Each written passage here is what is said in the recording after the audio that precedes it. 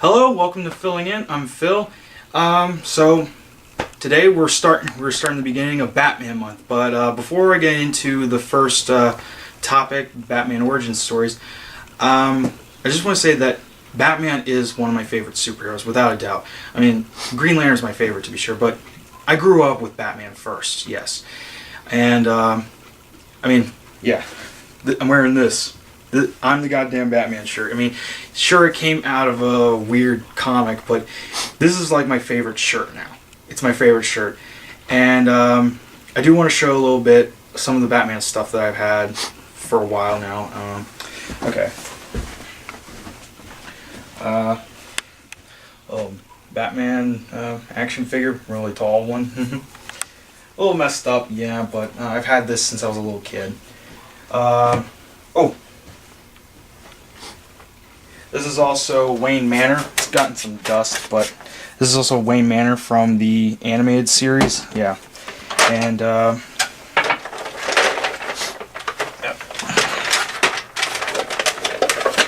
Obviously I haven't played with it in a while, but yeah. You can see all the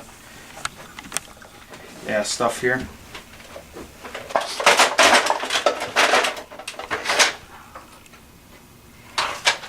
Also got Batman lamp here. You can see that. Recently got that for Christmas.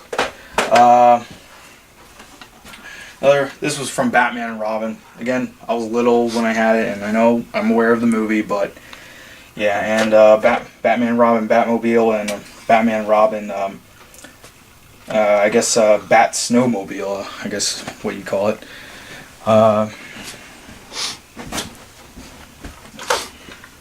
Batman Beyond, right here, yeah, foldable wings, and yeah.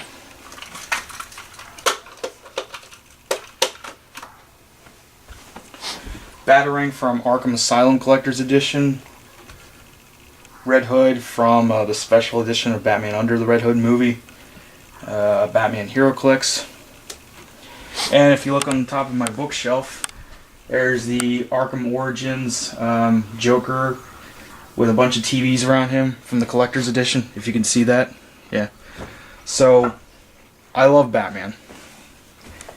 One of my favorite superheroes. And this is Batman month. So, enjoy. Alright, cut.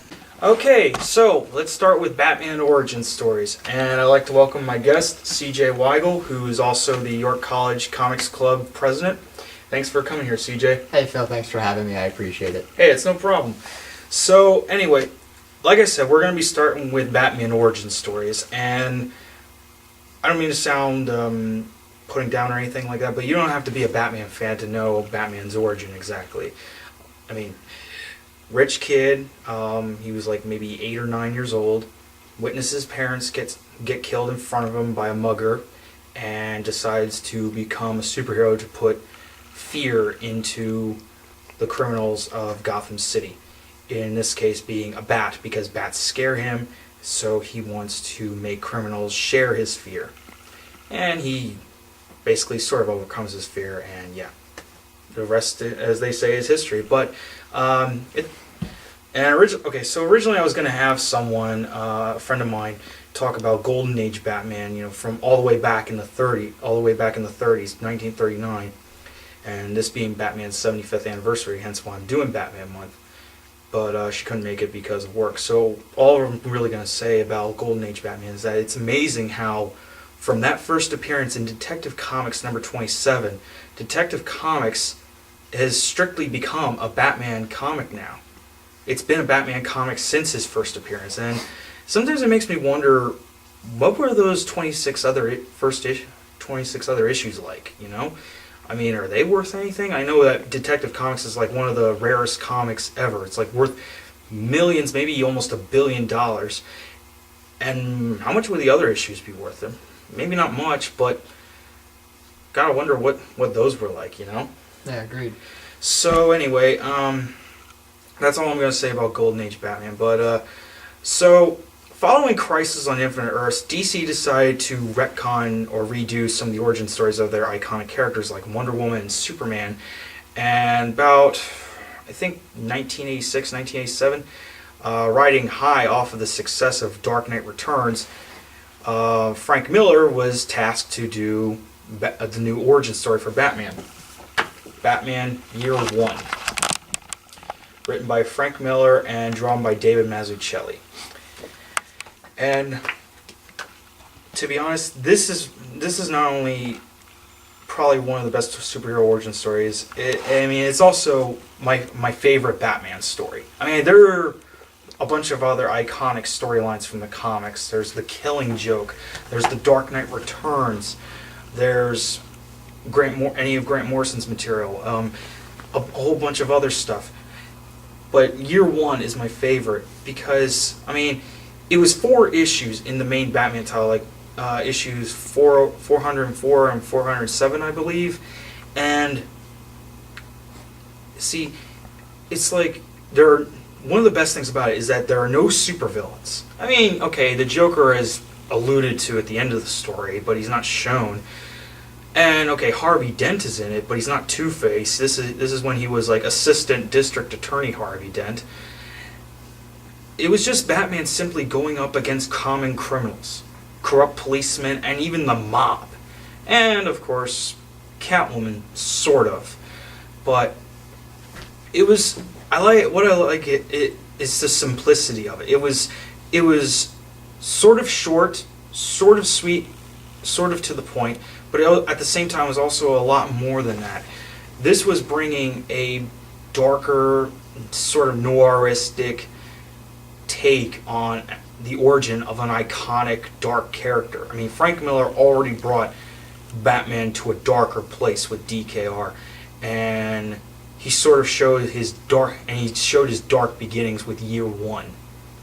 And it's also funny that after Batman Year One, they decided to redo other superhero origin stories with similar titles like Year One, like Green Arrow Year One, Black Lightning Year One, Metamorpho Year One. Even Marvel did it with The Punisher.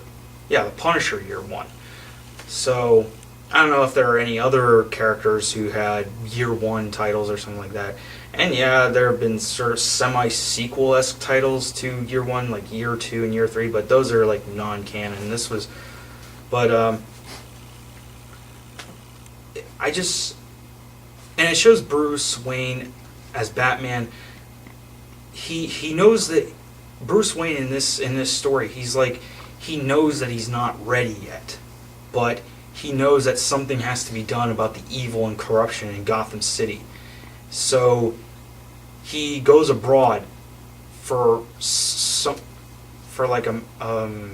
like 18 years, I guess, maybe more, and he's like 25, 26 years old, and it just shows that even the people that we look up to, even they have faults. It shows that they're only human.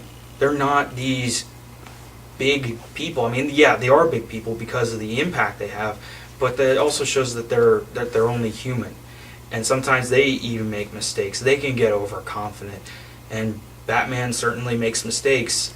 I mean, it's in this story too, but it shows that he is a human being at heart.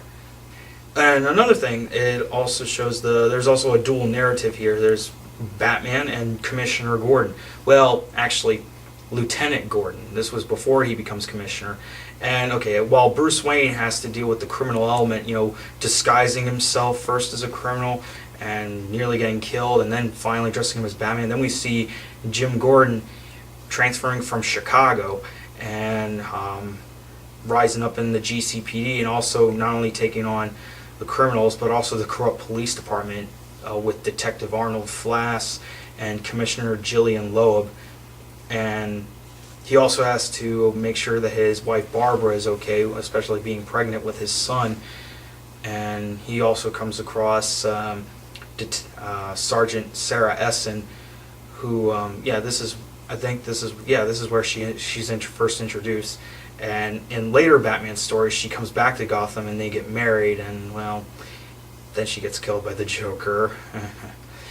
Yeah, but anyway, that's beside the point. In this story, I mean, Gordon, the stress of Gotham gets to him, and he starts having an affair with Essen, But then he's like, no, this is wrong. This is wrong. I can't do this. I can't do this. This shouldn't be happening. And Essen knows this, and she decides to transfer out of Gotham. But Gordon's not out of the woods yet. Loeb and the other cops, they're getting sick of Gordon being a hero cop. Sure, they're using it to make good press, but they hate how Gordon's been hammering down on the corrupt cops. And they say, "Hey, we know that you had an affair with Essen. We can use this against you." But Gordon, he knows that if I don't do something, if I don't tell my wife before the cops do, I'm screwed. So he tells his wife, and that also shows that Gordon is not always such a noble person. Even he has faults too. It shows. I love how it shows these two characters, Batman the hero and Gordon the cop, how their relationship sort of starts, how they're sort of at odds with each other at first, but they're also trying to do the right thing, and they make mistakes. They're only human. And that's what I love about it. I love that Frank Miller brings some realism to this. He brought realism to Year One. And it was it's probably not only one of the best Batman stories, just one of the best comic stories, period, and one of my favorites. So, and with DC being in the habit of retconning a lot of things numerous times, not just for Batman but for other superheroes, and with the New 52 happening, they decided to redo Batman's origin again, or not exactly as I hear. So that's where we come into with Zero Year. So that's why I have CJ here. He's one of the few people I know that's reading Zero Year, and I've read some of Scott Snyder's work before, and American Vampire, and some of his Batman stuff like the Black Mirror, and even some of the New 52 like Court of Owls, City of Owls. But I've only been reading the collected editions. I haven't been caught up on the single issues. So tell me about Zero Year, CJ. Well, Phil, it's interesting you actually mentioned that. Zero Year picks up after Death of the Family, which Yeah. I must say was quite an interesting story. Yeah, I heard. I mean, like I've seen some bits of issues like Joker had his face skinned off, and now he's back with his face. I mean, first off, his face seems to be in pretty okay condition. How is that? Yeah, well, It's perfectly. It's odd that it was perfectly preserved. perfectly preserved. Yeah, I mean, it's interesting. It is the Joker. He's always got a trick up his sleeve, you know? Yeah. No, 0 Year is actually before Year One, believe it or not. So we see Bruce Wayne kind of finding himself, being that human that he is, making mistakes and feeling his way through Batman. Believe it or not, 0 Year actually has the classic iconic costume, the purple gloves, something where we first saw Batman appear. Yeah. It's very neat. So along his way in 0 Year, which picks up around middle of issue about 24, 25, and is still going on to issue 32, and will be wrapping up in 33, Yeah. he finds the Red Hood. Yeah. So his first story arc follows the Red Hood. He's figuring out who he is, what the Red Hood gang does. Yeah. Joker actually turns out to be the leader of the Red Hood gang, but he's kind of perceived as being just a pawn at first. Mhm. So it throws Bruce for a loop.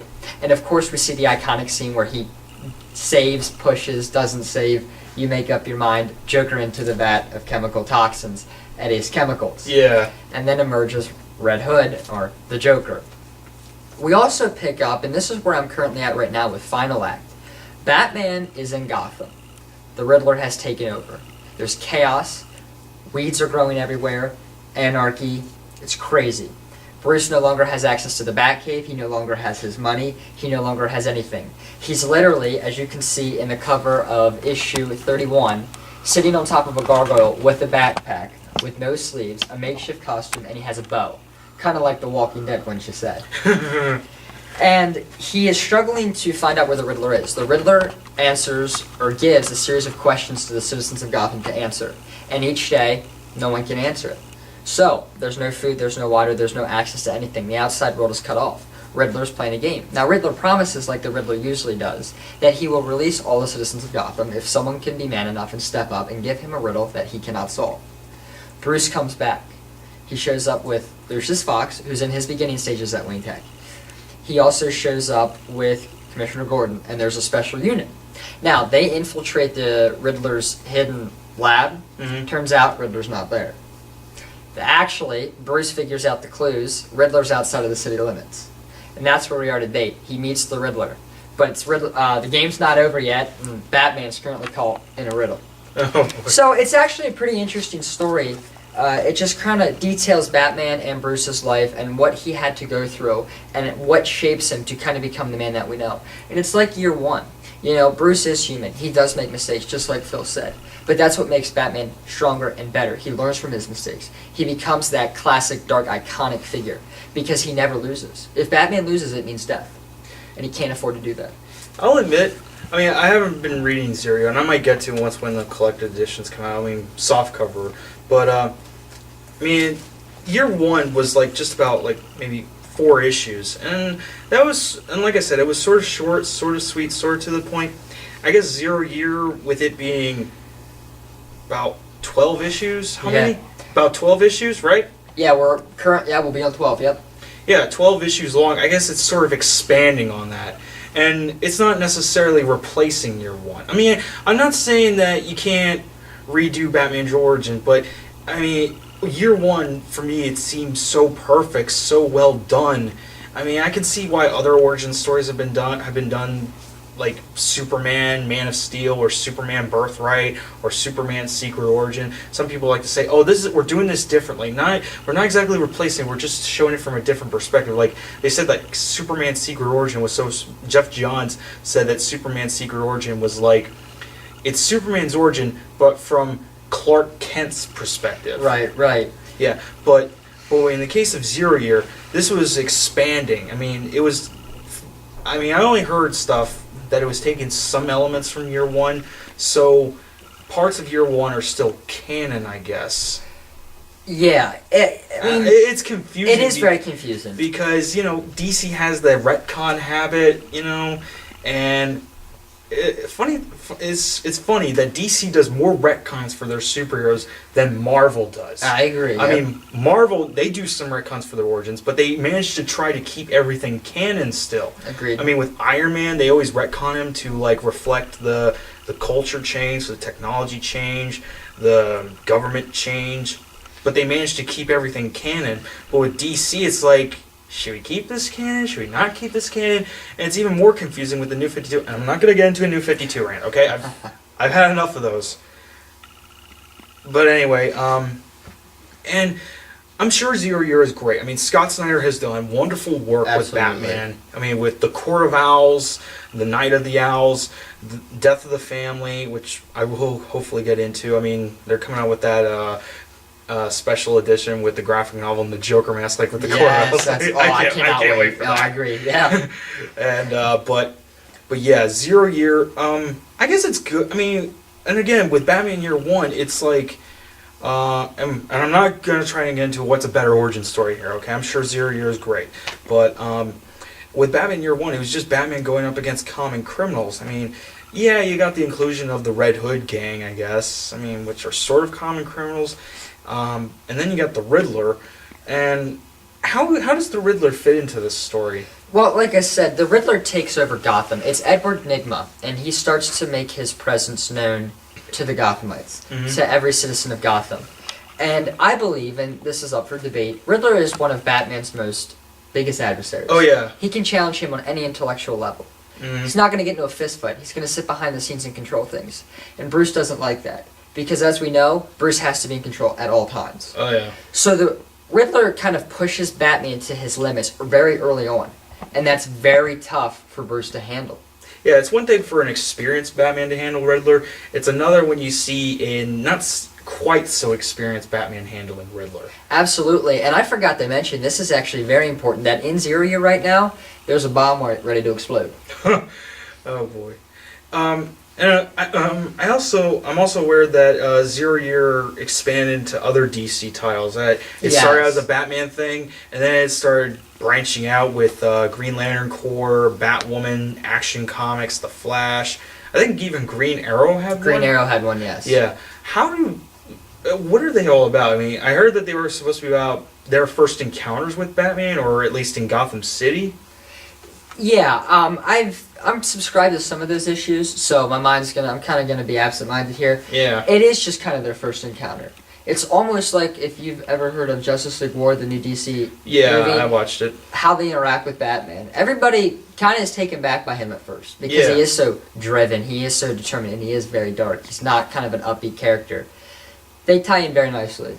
Yeah, and of course they do kind of. It is especially kind of confusing. I mean, I read the first.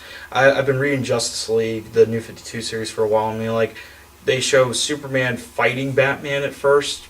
Oh, and Green Lantern was there Yes. too.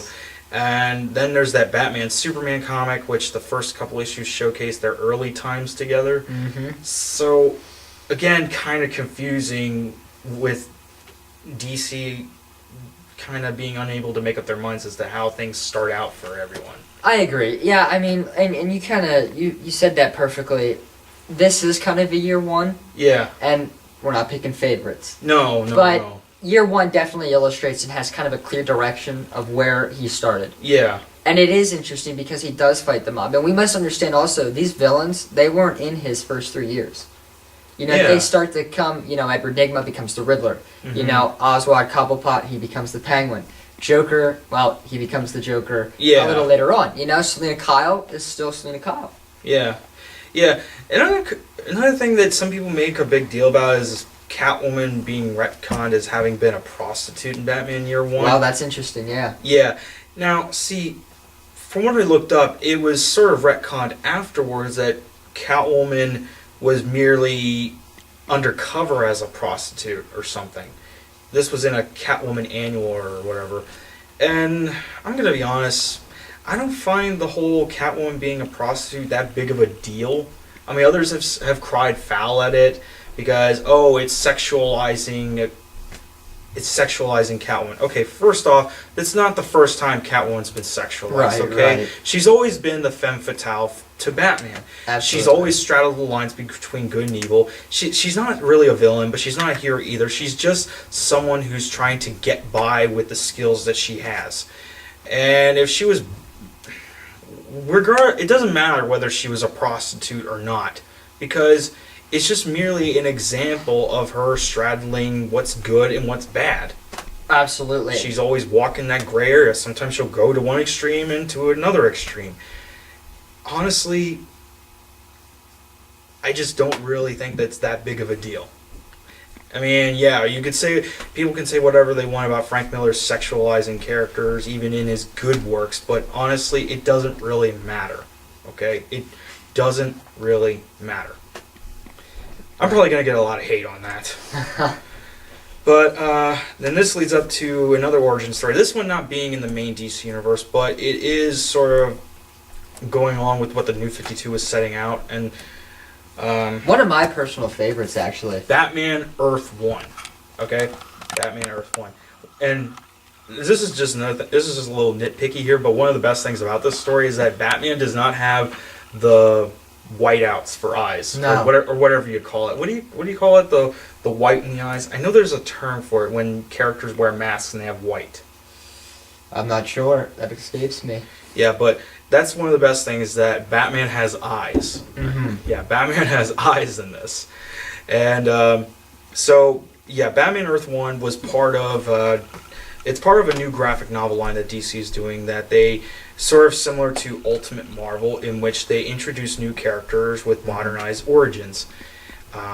They did Superman Earth 1, volumes 1 and 2. They were both, yeah, very good. And I heard that there's a volume 3 coming out soon, Oh, even though Shane Davis isn't doing the art, which is a little sad. But Adrian Syaf, who's done the artwork on Batgirl, that's really good. So looking forward to that.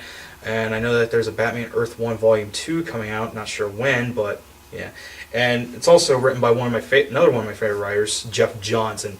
Actually, Yes. my all-time favorite comic book writer. He's the guy that got me to love Green Lantern, Of course. with Sinestro Corps War and everything.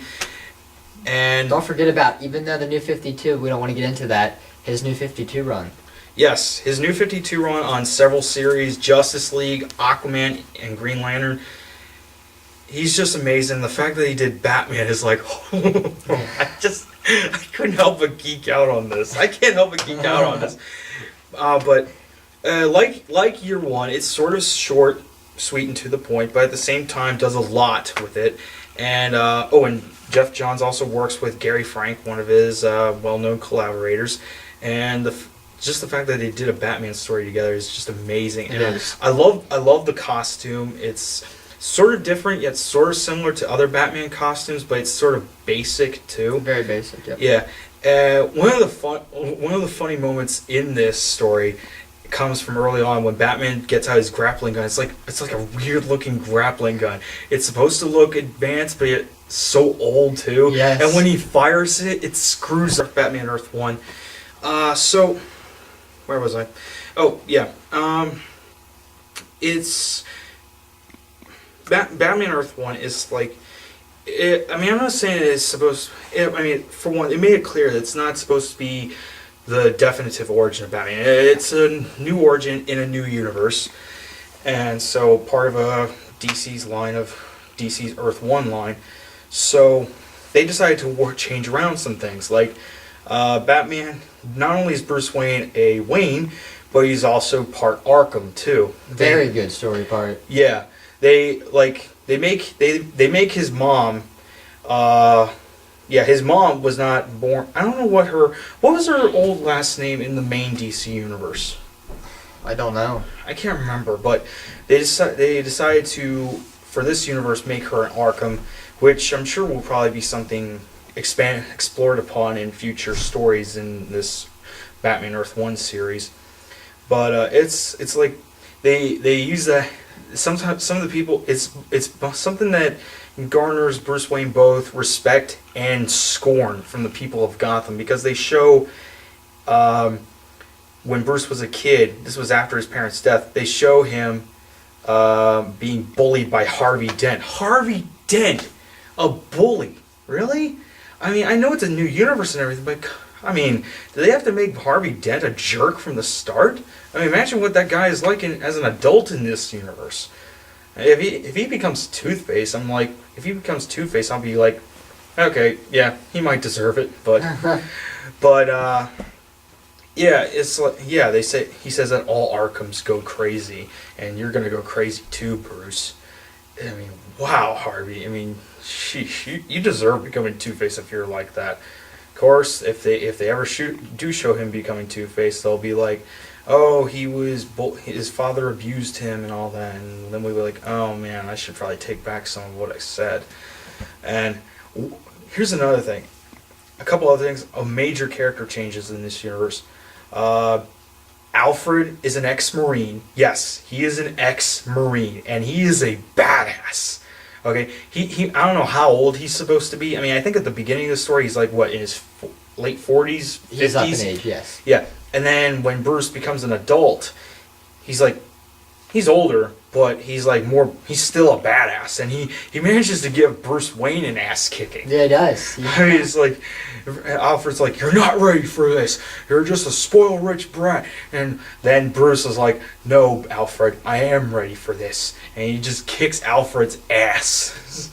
It's just, and then we see Harvey Bullock, and I like the character of Harvey Bullock. I mean, I like reading him in the comics, and I especially loved him in the animated series when he was voiced by Robert Costanzo. Oh yeah. Yeah, he was old. It seemed like a perfect fit for the actor and the character to have them, and Harvey Bullock, he comes off as this as a douche. Okay, he starts off as a douche, but he's like a lovable douche, you know. He's this guy that his intentions are pure, but he may need a bit of a direction adjustment, so to speak. And he sort of gets that as the story progresses, especially when he's partnered up with Jim Gordon. And Jim Gordon in this story is like, okay, at first I didn't like how weak they kind of made him at first, but then it was understandable because, see, he tried going after the GCPD, but then they killed his wife.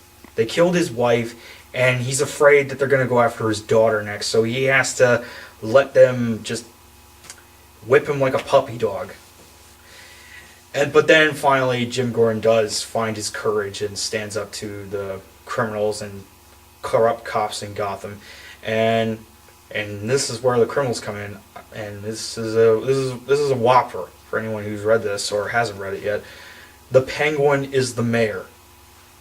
The Penguin is the mayor of Gotham. It's like, I mean, okay, you got Batman Returns when he was campaigning for mayor, but in this, he's actually the mayor now. I mean, whoa. And he doesn't exactly hide his bestial nature, but at the same time, he tries to keep up appearances and make himself look like the civilized gentleman, like as he's known for being. But it's like, and plus, they made him. I mean, over the years, Penguin's appearance has changed. They made him sort of short and stocky. Then they made him. Then with the Batman 1960 show, they made him sort of tall yet kind of short.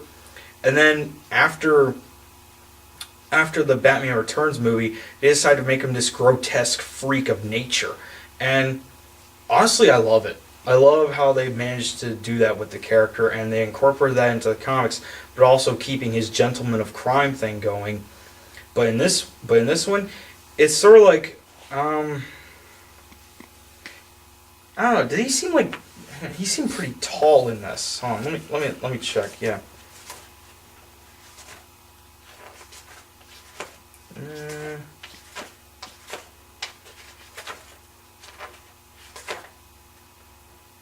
He seems kind of tall, I guess.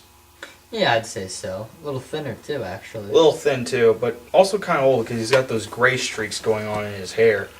And he's also and at first, see, Bruce Wayne merely adopts the identity of Batman to go after the Penguin because he believes that he was behind the assassination on his parents. I mean, yeah, they go to a movie. The power goes out. Bruce Wayne goes out. There's a criminal, and he kills Thomas and Martha Wayne. And Bruce Wayne believes that this was all planned by Mayor Cobblepot because Thomas Wayne was actually trying to campaign to become mayor of Gotham, but then that didn't happen because he gets killed, and it's revealed that Penguin didn't have anything to do with the death of the Waynes. So is the death of the Waynes still a conspiracy going on, or is it just a random act of violence? And then there's this creepy new character in the story, the Birthday Boy. Ugh. Oh yeah. Oh, he's just so friggin' creepy. It's like, man. I mean, he's just a guy with a paper bag over his head, or was it a burlap sack? It was like a paper bag or a burlap sack. One of the two. One of the just two. hangs out in the old mansion. He hangs out in Arkham Mansion. Has a birthday hat, and basically, the Penguin gives him little girls to kill, and while they blow out candles or something, and they almost managed to kill Barbara Gordon, Jim Gordon's daughter, and luckily Batman, Jim Gordon, and Harvey Bullock come in to save the day. But of course, not everyone comes out unscathed. Harvey Bullock sees all the dead bodies that the Birthday Boy has in his basement, and then this is where we see Harvey Bullock getting into the downward spiral that will turn him into the character that we know and love. The hard-nosed guy who's seen it all in Gotham and just can't take it, but keeps on fighting anyway. So, yeah. Those are the Batman origin stories that we're covering. Batman Year 1, Batman Earth 1, and Batman Zero Year. And we hope you enjoy this first part of Batman Month. And stay tuned for next time. Alright?